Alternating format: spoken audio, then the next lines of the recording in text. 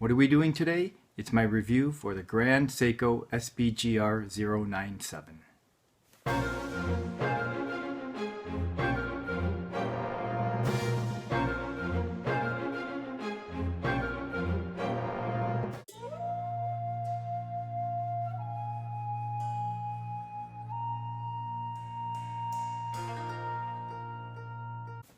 Alright, hi everyone. It's been a week since my unboxing, so it's time to review the Grand Seiko SBGR097 /55th anniversary.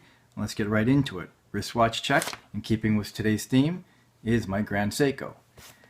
Coffee cup check. I'm actually drinking a flat white using my favorite blend, the Olympia Coffee Big Truck Espresso Blend. This is a great way to celebrate this review. It's heavy notes of chocolate and ripe fruit. It's just delicious. Let me just take a sip.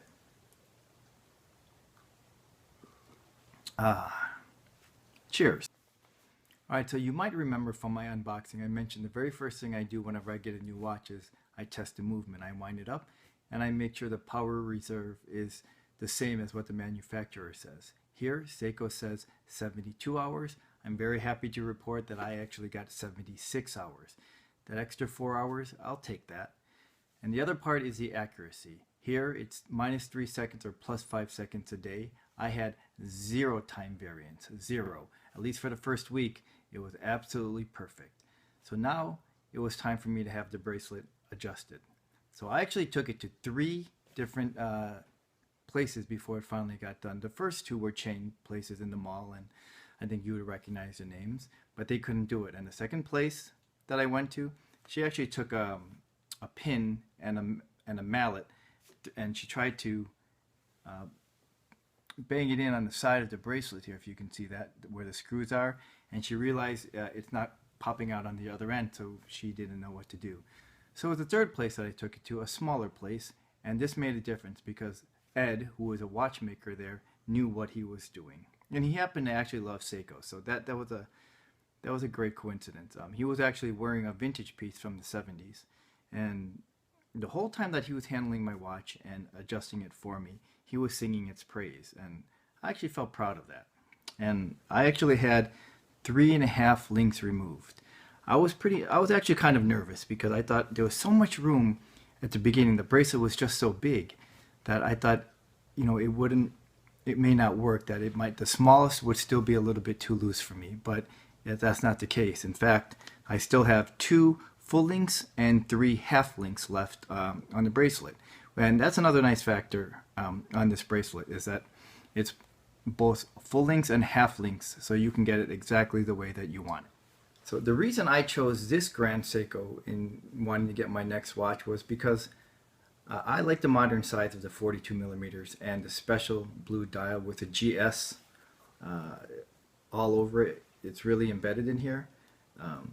But this watch is, I'm so happy with it. I was actually looking for a very simple, minimal watch that doesn't have a lot of complications, because I do have a collection which has those complications. So I just wanted something simple, minimal, and a very high-end watch, and this really fit the bill across the board.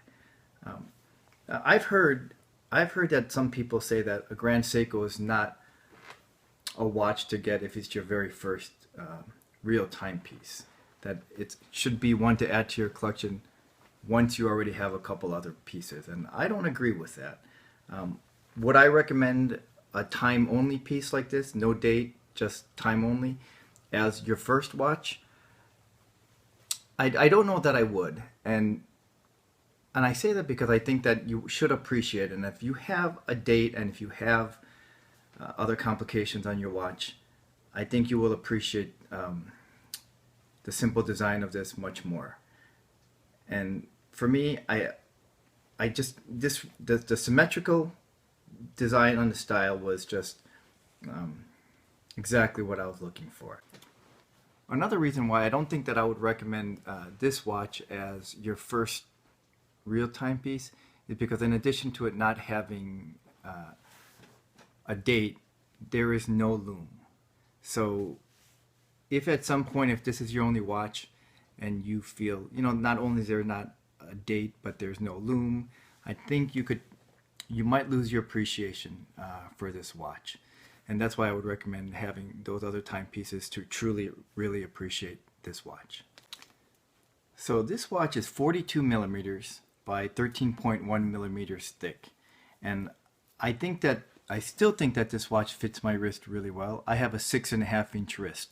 And if you can tell that the lugs are actually short, almost stumpy-like, and they actually curve downwards. So you will not have the lugs hanging past your wrist bone if you have a smaller wrist. I think this could actually, with this design, I could probably get a 44 millimeter to fit me without it looking too chunky.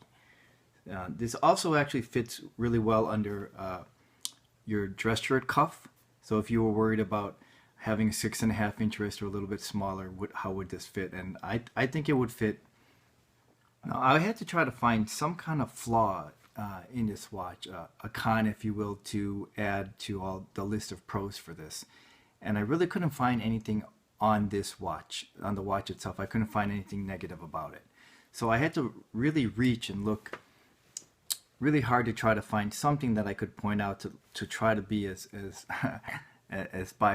unbiased as I could. And there were two things that stood out, and both of them involve the Grand Seiko box. The first is the watch box itself. I know it comes as the famous blue box. I would have liked it if it had a little bit more of a luxurious feel to it. It's a wooden box and then it's coated with some padding, but I would have liked it to have some kind of lacquered finish, high gloss lacquer finish with maybe some blue leather trim or a blue suede, something to give the presentation a little bit more punch when you finally do get to the watch. So this is what I'm talking about. This is the Creedor box, which is Seiko's most expensive line of watches, mainly because of its precious metals, and they make a tourbillon and a minute repeater. I think the tourbillon's almost $500,000, actually like $460,000 to be exact. So they give it a luxurious lacquered finish box like this. And I understand that because of the price of the watch that it would lead up, the presentation would be like this. Still, I wouldn't mind the Grand Seiko having a box like this, because I still think the watch is very beautiful and worthy of a little nicer box. The other part that I was reaching for to look for some kind of a flaw was the outer box. Now I would have loved for this to have a fold out section, so I don't have to actually lift the box upside down to take the watch box out. I don't have to do that a lot. I understand that. I basically for the opening, the first time I get it, but it would just be a nice little fold out section. Other than that, I just can't find any criticisms over this watch, regardless of how hard I look for it. It's the ideal watch for me right now in my life. There is actually one flaw to the watch, which is also part of its beauty, and that's the Zaratsu finishing technique, which gives us that awesome mirror-like polishing finish. And what I mean by that is that it is so awesome, but it's also a magnet for finger smudges. Your fingerprints will be all over it. And that said, even though my watch I felt was blanketed in my finger smudges, the polishing was still able to make its way through. And I just think that's a testament to the Zaratsu finishing technique. Alright, now that we've identified the pros and cons and had the bracelet fitted to me, it was time to take it for a drive. And I found that whenever I was out with it, I would take the watch off and just stare and admire the movement. I would find myself doing that a lot. But now I wanted to take it to the next level, and I put myself intentionally in a position where it would get recognized and hopefully some conversation would come out of that. And what I mean is, there is a cigar lounge that I frequent, and in there is a couple of guys that know watches, love watches, and we chat about all kinds of things, including watches. And on this day, one of them had a Submariner, the other had a Panerai with one of the Marinas, and the big guy actually had a Patek Nautilus chronograph. And And I was expecting there to be some judgment. The judgment that I was expecting was, you know, it's a Seiko, or you spent how much on it? And I felt very protective of this watch going in, and I don't know, I couldn't figure that out. Why would I feel so protective over this watch when I've had other watches? And I do believe that I actually know that the reason I feel so protective about it is because I know the history and all the work and the dedication and the commitment that went into building this watch by hand, and the history behind this. And when I know that, it's almost like if someone who doesn't know that wants to make those comments like, oh, it's just a Seiko, or it's overpriced. I kind of want to say, you know, hey, close your mouth. You have no right to say anything. Of course, I would never say that to anyone, but that is just, it's just a thought of why I feel so protective about it. So the judgment that I was expecting didn't happen. It didn't come. Instead, they were respective of it, and they said, oh, that's the Grand Seiko that we've heard so much about, and they were looking at it. But the main guy there, Dave, who has the Patek, exchanged his with mine, you know, just to take a look at, and he was really into the Grand Seiko and really appreciating it, and not in a disingenuous way. I could tell that he was really just respecting the watch, and that made me feel really proud.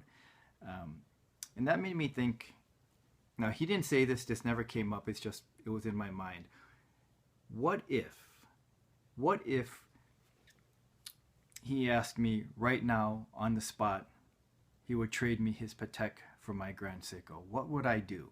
And before I answer that, it depends, because there are two scenarios here that I would have to answer. Now, in the first scenario, if the scenario was you can't trade it in, you can't sell it, forget about any monetary difference, you just have to wear it, just trade up, just we'll exchange the watch, and you can only wear it. And in that instance, I would say no. And I know that sounds crazy, but what I mean by that is I was not in the market for a chronograph at the time of me wanting this Grand Seiko. I wanted a simple, minimalist looking watch, which that Patek to me isn't. And a Patek was not one that's even considered a grail watch, because I just can't imagine spending that much on one watch. So if it was just where I had to wear it only, then the answer is no. If the other part of the question was, it's yours, feel free to do whatever you want with it, sell it, trade it, consider the monetary difference, then the answer is yes. I would take that trade, because the financial difference is just so great, and I would do that for any watch that had such a big financial difference.